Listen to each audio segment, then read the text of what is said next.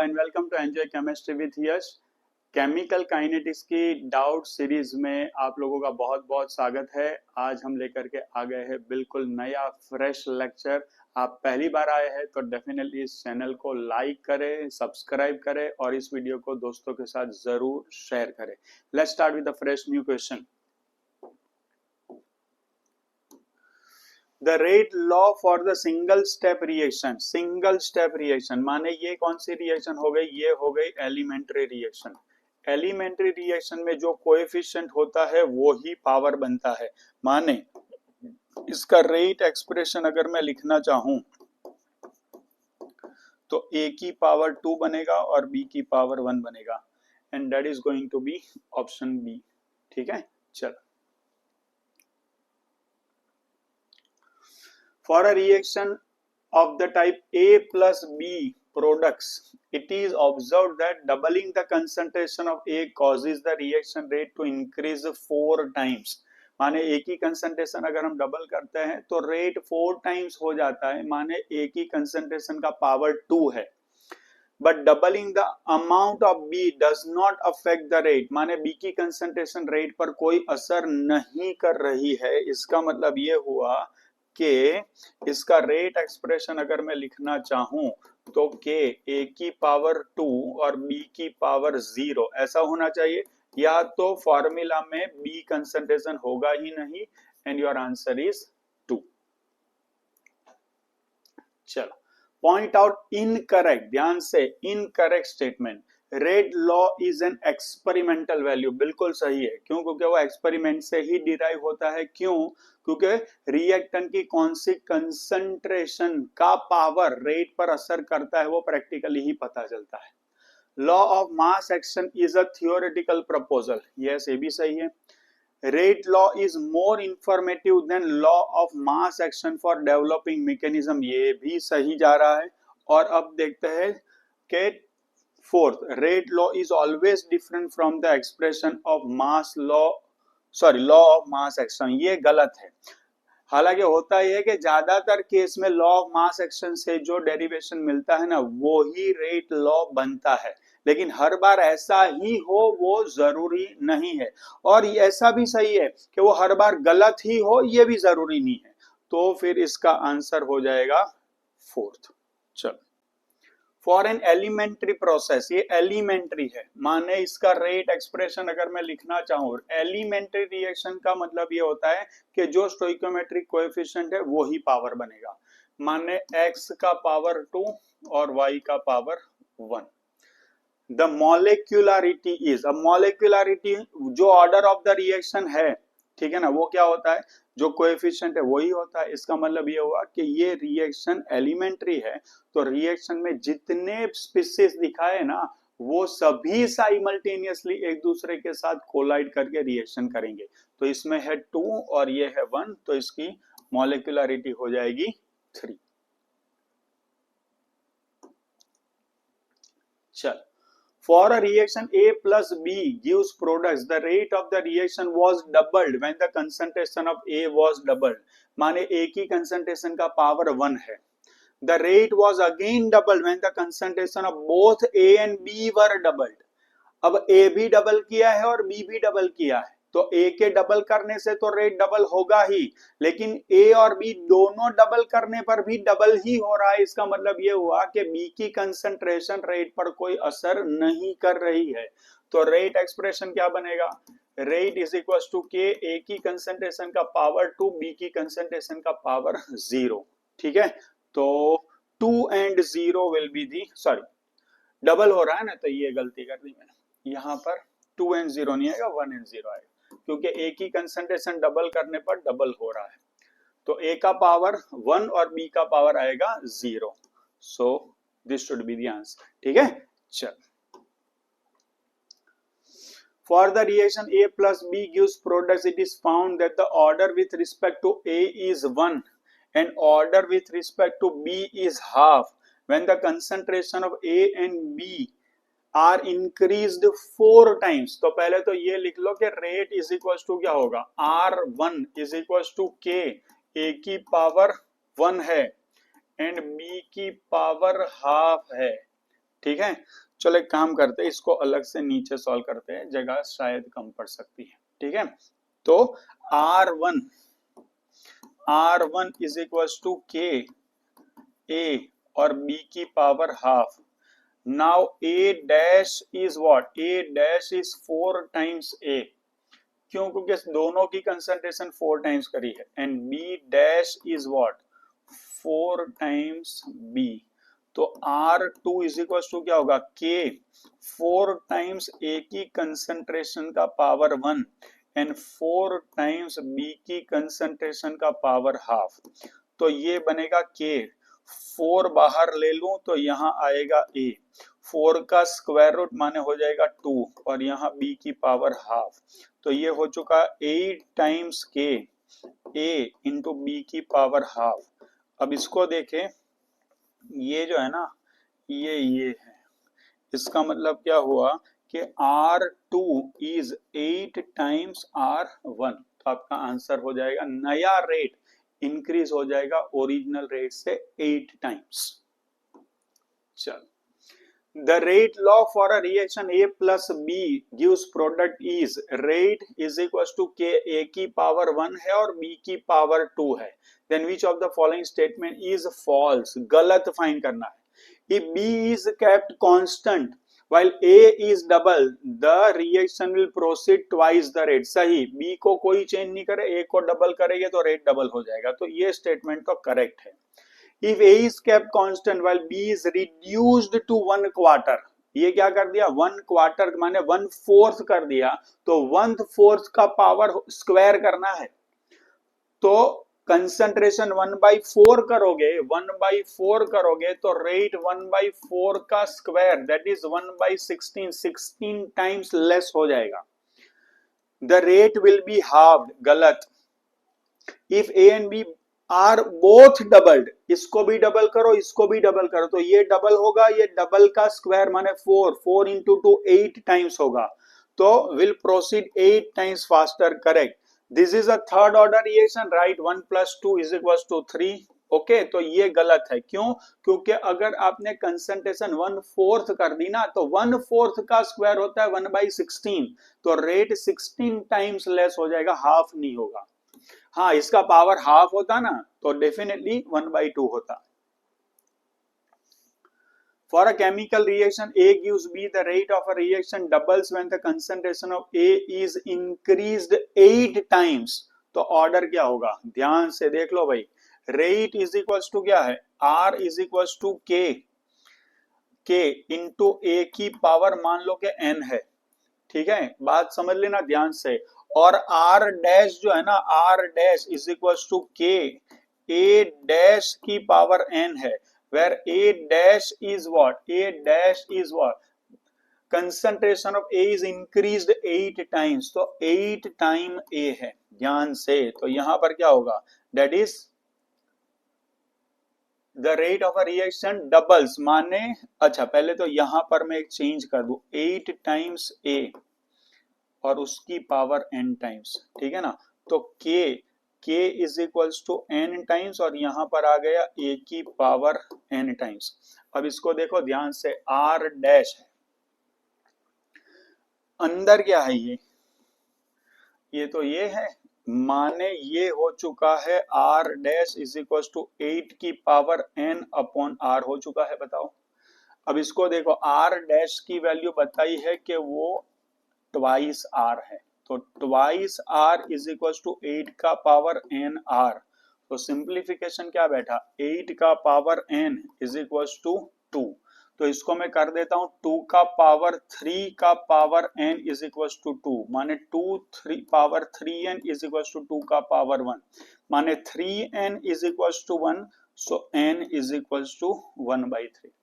देखो students, mathematical question था, बहुत ही अच्छे से दिमाग लड़ाकर एकदम शांति से कैलकुलेशन करके हमने सॉल्व किया है।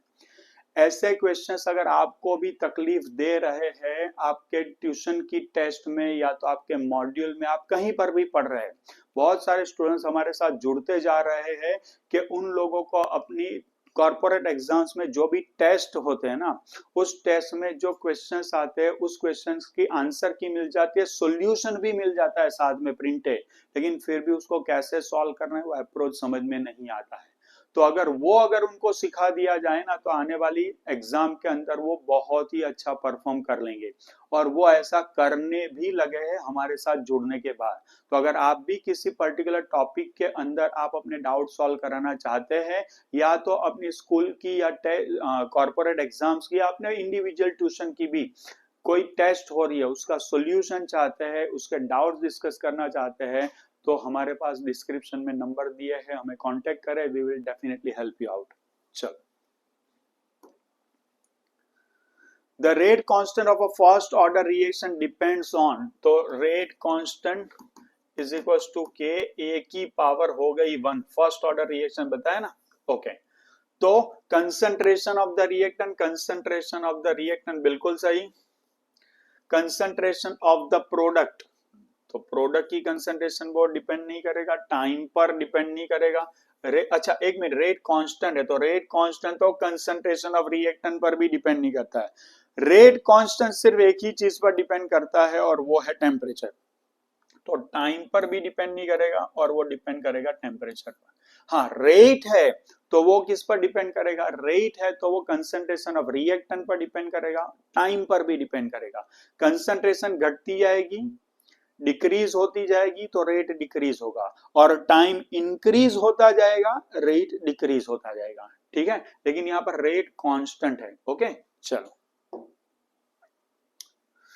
Consider the following reaction, KClO3 6 FeSO4 3 H2SO4 gives KCl plus 3 Fe2SO4 thrice plus 3 H2। NCERT की सीधी रिएक्शन है।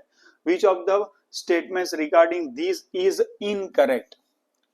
चलो, it is a complex reaction, सीधी सी बात है कि इसका 1, इसका 6 और इसका 3, 1 + 6 + 3 = 10, तो इसकी मॉलिक्यूलरिटी कभी भी 10 नहीं हो सकती। माने 10 मॉलिक्यूल्स एक साथ साइमल्टेनियसली वन अनदर के साथ कोलाइड नहीं कर सकते, माने ये रिएक्शन एलिमेंट्री नहीं है, ये रिएक्शन हमेशा कॉम्प्लेक्स होगी। It's a 10th order reaction नहीं, प्रैक्टिकली ये 2nd ऑर्डर रिएक्शन है। It is completed in several steps, correct, ये भी correct. Okay, order of this reaction can be determined experimentally, बिल्कुल सही। नॉट फॉर दिस रिएक्शन, किसी भी रिएक्शन के लिए ऑर्डर ऑफ रिएक्शन हमेशा एक्सपेरिमेंटली ही डिटरमाइन होता है। चल, तो इसका आंसर क्या फाइंड करना है, इनकरेक्ट, तो ये हो गया इनकरेक्ट। ठीक है, चलो let's have new question. Following mechanism has been proposed for this reaction. 2A plus B gives D plus E. Now A plus B gives C plus D. This is a slow step. Okay. This is a slow step. और अगर ये slow step है ना तो समझ लेना कि rate determining step यही है। तो रेट डिटरमाइन करने के लिए सिर्फ आप इसको ही यूज करेंगे, इसको यूज नहीं करेंगे क्योंकि ये फास्ट स्टेप है। तो इस रिएक्शन के बेसिस पर आप रेट लॉ एस्टैब्लिश करेंगे। ठीक है, और रेट लॉ एस्टैब्लिश करते वक्त हमेशा ये ध्यान रखें कि आपके पास जो स्टेप है ना उसमें कोई भी इंटरमीडिएट नहीं होना चाहिए। अगर इंटरमीडिएट है तो उसको आपको उस फॉर्मूला में से, उस इक्वेशन में से निकालना पड़ेगा। अब जैसे कि यहाँ पर मैं रेट लिखूं तो रेट इज इक्वल टू, कोई कांस्टेंट की इंफॉर्मेशन नहीं है तो मैं सीधा के लिख देता हूं, ये हो गया। देखो, मैकेनिज्म के जितने भी स्टेप्स होते हैं ना वो स्टेप सारे एलिमेंट्री होते हैं, तो उस स्टेप के रिलेटेड अगर आप रेट लॉ लिख रहे हैं ना तो जो कोई भी कोएफिशिएंट है वो सीधा आप उस कंसंट्रेशन के पावर में लिख सकते हैं। तो यहाँ A की पावर हो गई 1 और B की पावर हो गई 1।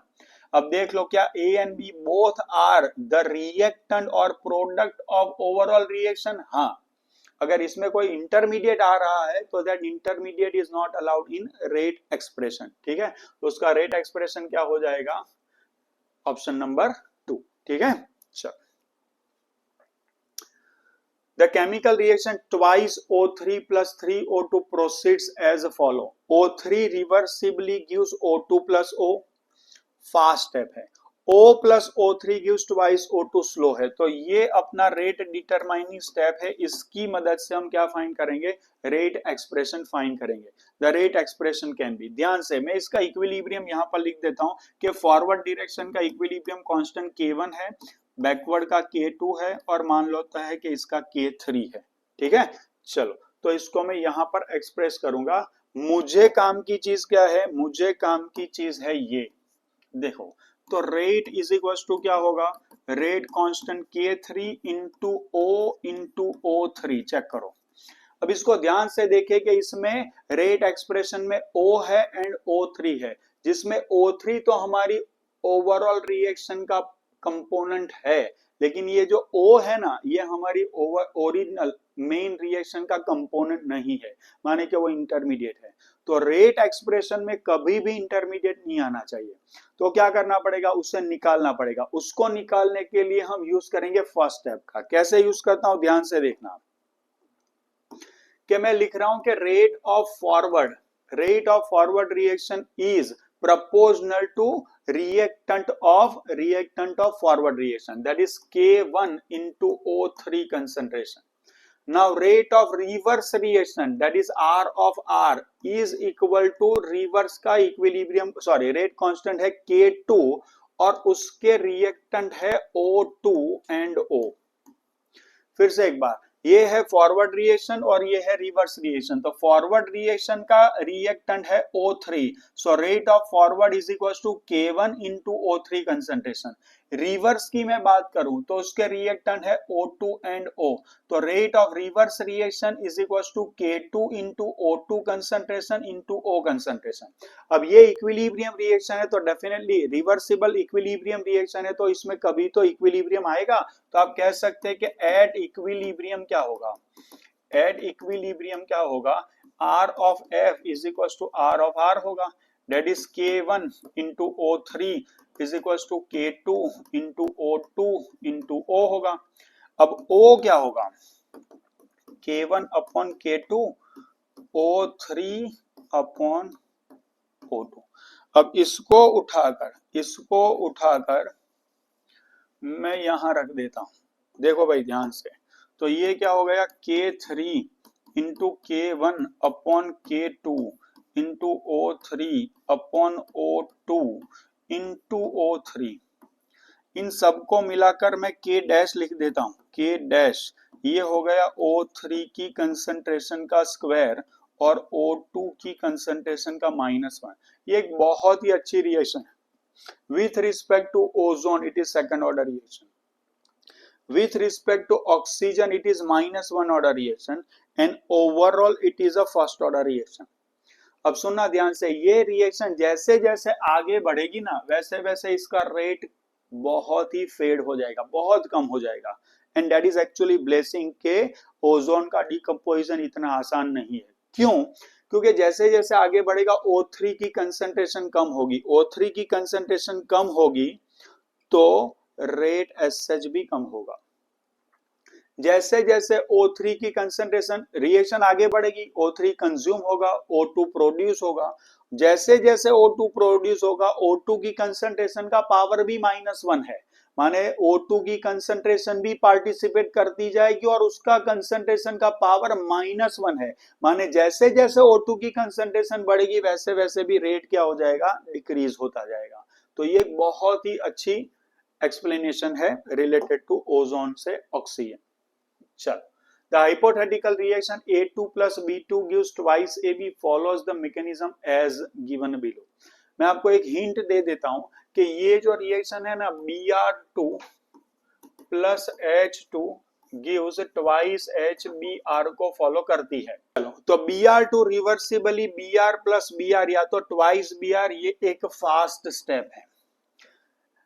इसमें से एक Br plus H2 gives HBr plus H, ये एक स्लो है, माने ये अपना रेट डिटरमाइनिंग स्टेप है। एंड इसका बचा हुआ एक H और इसका बचा हुआ एक Br जोड़ करके आपको HBr देता है, ये एक फास्ट स्टेप है।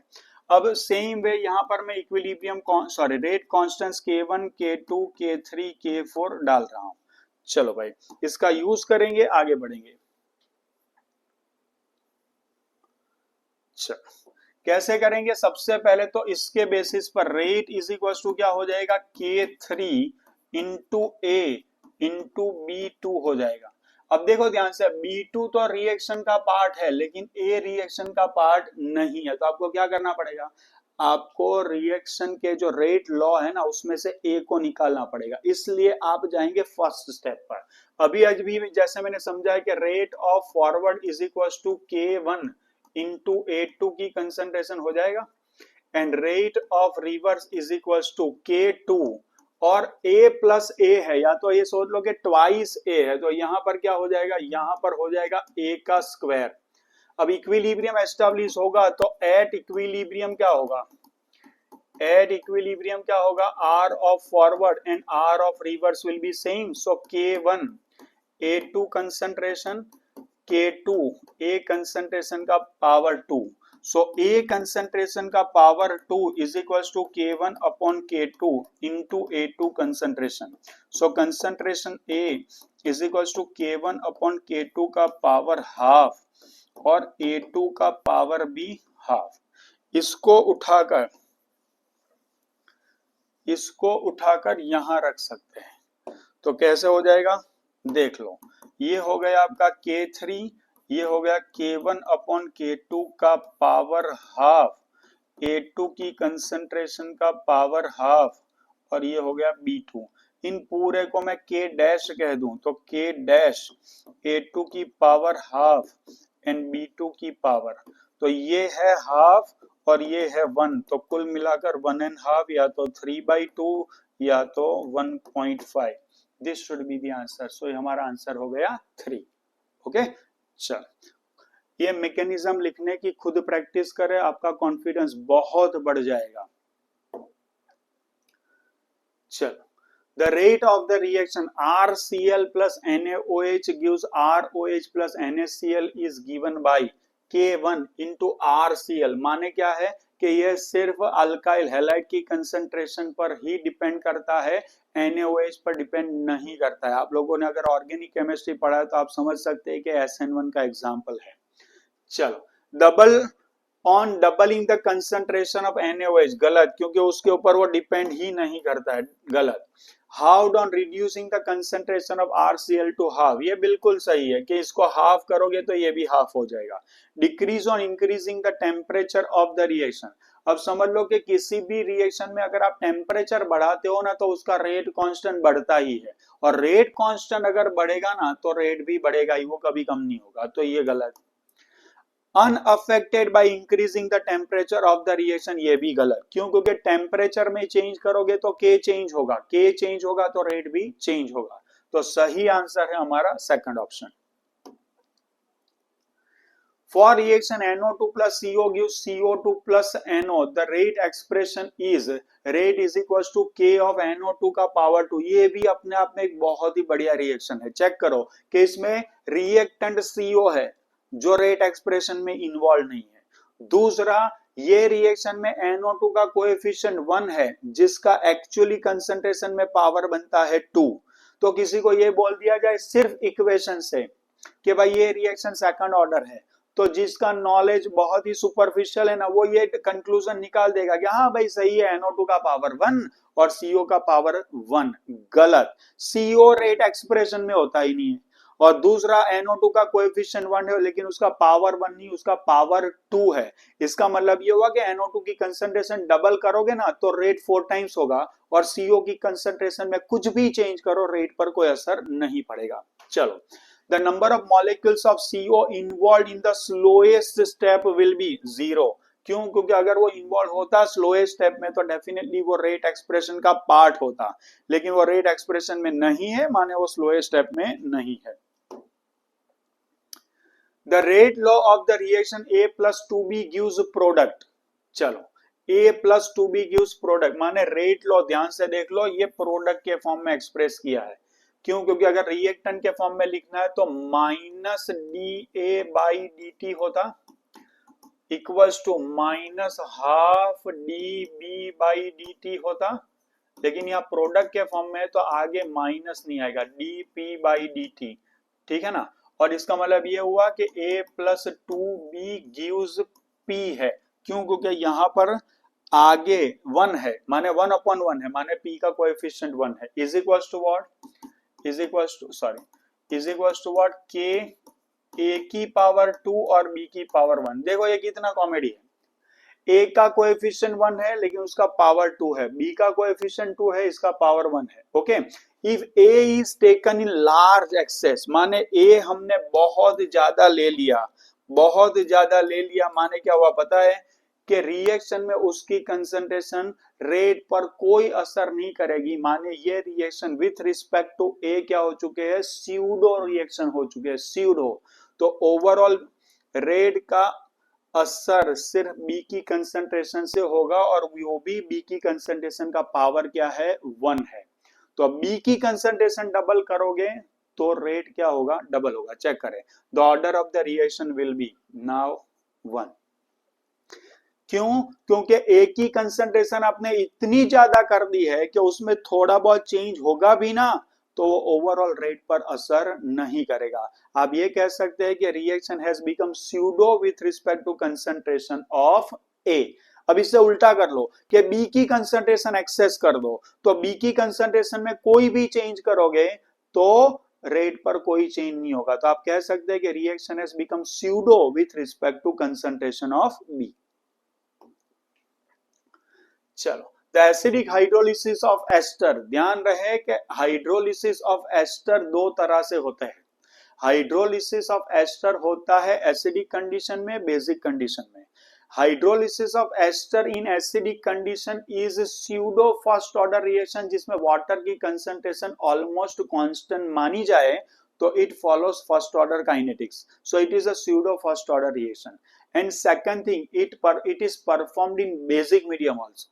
तो अगर आप उसको बेसिक मीडियम में परफॉर्म करते हैं ना स्टूडेंट्स, तो वो सेकंड ऑर्डर रिएक्शन है। एस्टर की कंसंट्रेशन का पावर 1 और बेस की कंसंट्रेशन का पावर 1। तो ये ध्यान रखना, एसिडिक मीडियम और बेसिक मीडियम में वो दोनों में अलग अलग तरह से बिहेव करता है।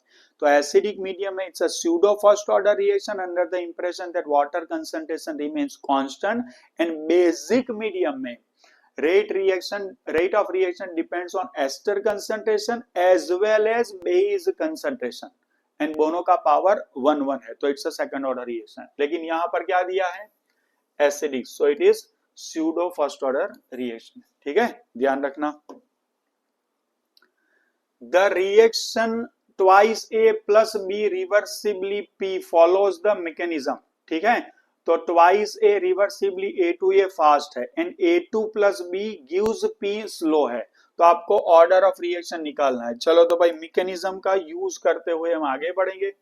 तो सबसे पहले तो ये देख लो कि ये K1 है, ये K1 है, रिवर्स का K2 है और ये K3 है। चलो भाई, तो मैं रेट एक्सप्रेशन लिख रहा हूं। रेट इज इक्वल टू क्या होगा? K3 into A2 into B. अब देख लो, ओवरऑल रिएक्शन में कहीं भी A2 इंटरमीडिएट नहीं है, तो हमें क्या करना पड़ेगा? इंटरमीडिएट को निकालना पड़ेगा। तो यहां पर मैं कर रहा हूं rate of forward is equal to K1 into A की power 2 and rate of reverse is equal to what? K2 into A2 concentration. At equilibrium क्या होगा? एट इक्विलिब्रियम क्या होगा? Rate of forward is equal to rate of reverse, that is K1 into A की concentration square K2 into A2 की concentration. A2 concentration is nothing but K1 upon K2, A की concentration का power 2। अब इसको आप देखें, यहां पर ये जो है ना, ये आप यहां पर रिप्लेस कर सकते हैं। तो कैसे होगा? K3 into K1 upon K2, A की पावर 2 और B। तो ये पूरा है, उसको मैं कांस्टेंट K डैश मान लूं, तो ये हो गया A की पावर 2 और B। तो ये हो गया 2 प्लस 1 इक्वल्स टू 3। सही है? चल, for the reactions twice NO plus Cl2 gives twice NaCl, the following mechanism has been proposed. NO plus Cl2 reversibly NaCl2, that is fast, and NaCl2 plus NO gives twice NaCl, that is slow. माने ये है अपना rate determining step। the rate law will be. Again I will say this is K1, this is K2 and this is K3.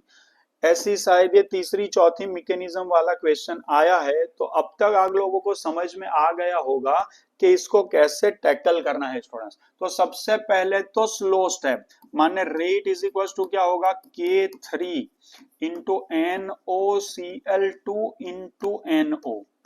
अब देखो NOCl2 कहीं पर भी main reaction में एग्जिस्ट नहीं करता है, माने कि वो इंटरमीडिएट है, माने उसको यहां से निकालना पड़ेगा। चलो भाई, rate of forward is equals to K1 into NO concentration into Cl2 concentration, और rate of reverse is equals to K2 into NOCl2 concentration. Now at equilibrium क्या होगा बताओ, that is R of forward is equals to R of reverse, that is K1 into NO into Cl2 K2 into NOCl2. So NOCl2 is equals to K1 upon K2 into NO into Cl2. तो यहां पर आप ये जो है ना, उसको यहां पर आप रिप्लेस कर सकते हैं, है क्या नहीं। चलो, तो K3 into K1 upon K2 into NO का NO into Cl2 into NO, तो ये NO मिलकर NO स्क्वायर हो जाएंगे, और ये मैंने कर देना है K डैश, तो ये हो गया NO का स्क्वायर और ये हो गया Cl2। किससे मैच करेगा, फर्स्ट ऑप्शन से, चेक करो। तो आई होप आप लोगों को सारे क्वेश्चंस सीखकर बहुत ही कॉन्फिडेंस आ चुका होगा। खुद से सॉल्व करें और फिर अगर कहीं अटक रहे तो सॉल्यूशन को फॉलो करें। आप इस चैनल को सब्सक्राइब कर सकते हैं, अपने दोस्तों के साथ शेयर करें, उनको बहुत मदद मिलेगी। आपको तो मदद मिल ही रही है, और लोगों को भी, अपने दोस्तों को भी हेल्प करें ताकि उनका भी नेक्स्ट JEE नीट का स्कोर बहुत अच्छा आ सके। ठीक है, मिलते हैं फिर नेक्स्ट लेक्चर में। Till then keep learning, enjoy chemistry.